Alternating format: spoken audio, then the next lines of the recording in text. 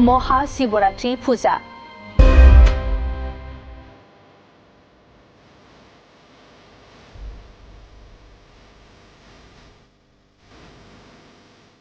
शिवरात्रिया हिन्दुफोरनि मोनसे गाहाय फोरबो, जायखौ गासै भारत आरो बुहुमनाङैनो फालियो।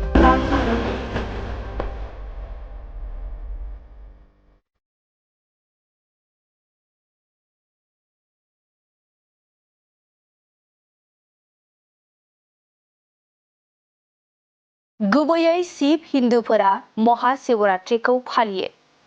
गासै हिन्दुफोरा इसोर शिवखौ मान होनो आरो सोरजिनाय संरैखा खालामनायखौ फालिनो थाखाय शिवरात्रिखौ फालियो।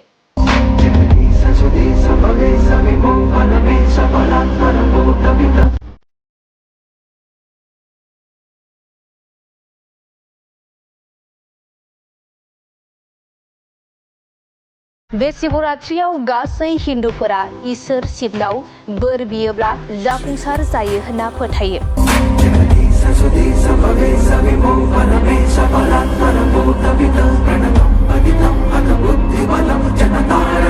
गासै हिन्दुफोरा इसोर शिवखौ मान होनो उपवास खालामनानै शिव थानसालिफोराव थांनानै शिवनाव आरज गाबहैयो।